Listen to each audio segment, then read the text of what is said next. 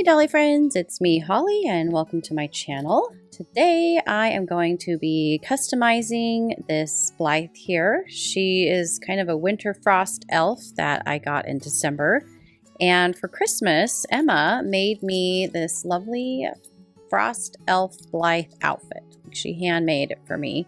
So I thought I would show you the outfit first. And then I'm going to do some customizing on Frost. I haven't really decided an official name, but she's going to get some new eye chips and maybe some coloring on her face and just pretty light customization, but just a little something to make her stand out a bit more. So let's take a look at the outfit first.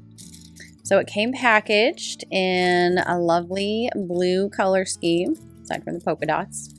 And then she says on the packaging, Frost Elf Blythe, handmade by Emma. All right, let's take a look inside.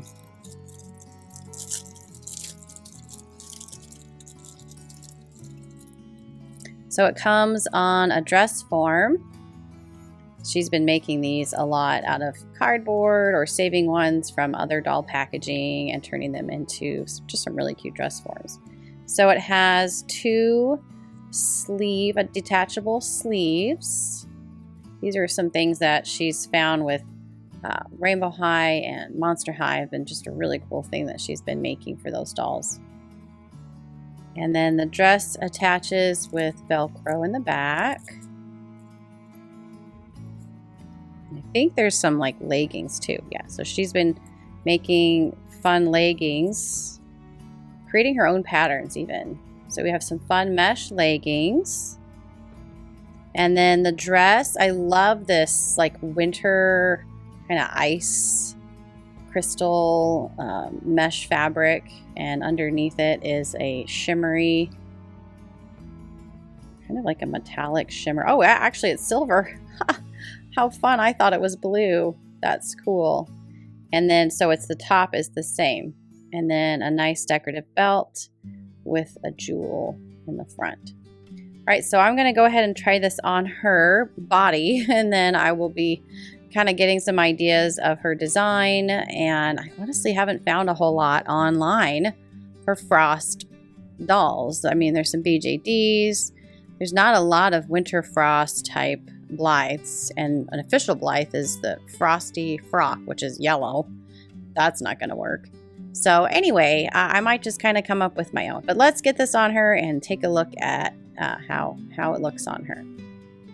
Well, here it is on her, and it fits her perfectly. I think she looks adorable in this and quite a bit more elegant than her sweater. I know when I put her in that sweater, Emma was a bit appalled and felt like she needed something much more fitting for an ice queen or elf, something a little fancier. So it really fits the doll perfectly, and the little tights fit well. I might have some little black Mary Janes that I can put on this. And then I had to take the hands off, which is kind of nice because the sleeves then won't like slide off. They'll stay on. And she has a little extra flare here at the wrist, which I think is fun. Kind of give it a little more of a dramatic look, having a wrist flare like that. So yeah, this is her and her outfit, but now we need to get to some glamorizing of the face. So let's jump into that.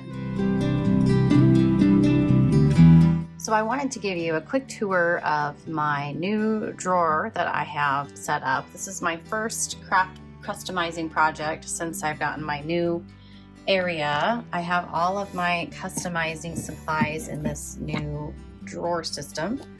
Eye chips, magic erasers, cotton balls, tattoos or nail art, sanding tools, pliers, and this is a new carving set I got for Christmas.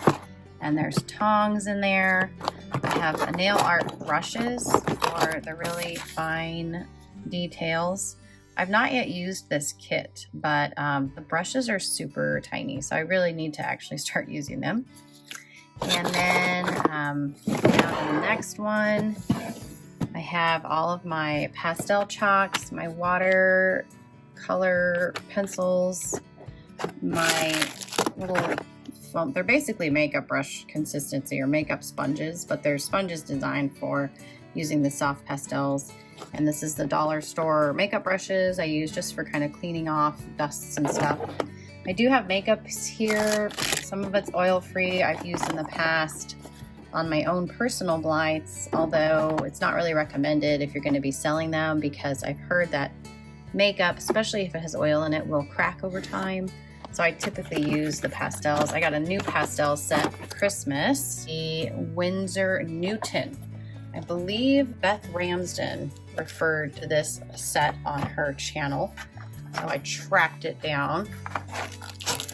I do have a nice set that I got at Hobby Lobby, but I really wanted to amp up the quality. So I'll be using these, and check out that beautiful arrangement of blues and greens that I can work from, and whites too, of course. So this will be fun to try. I typically will mix the chalks to get the colors I want, so I can get some nice pinks out of that. And if this doesn't have all the colors, I have found this one. I use this one a lot. This pink right here mixes well with others. I use the awesome Art Magic, just watercolor pencils, but I only really use a few I use the black and some of the browns and reds for the eyes and lips. This is another pastel chalk set. I forgot I had it. It was stuck in the back of a cabinet. It was on sale for not $25.99. It was like $6.50 when I bought this, so I was gonna get it for sure. It has 2 layers of different chalks. I got a lot of chalks I can use to make my doll faces, which is fabulous. I love it. And then another thing I have is this masking tape. I got this at Hobby Lobby in the model car section.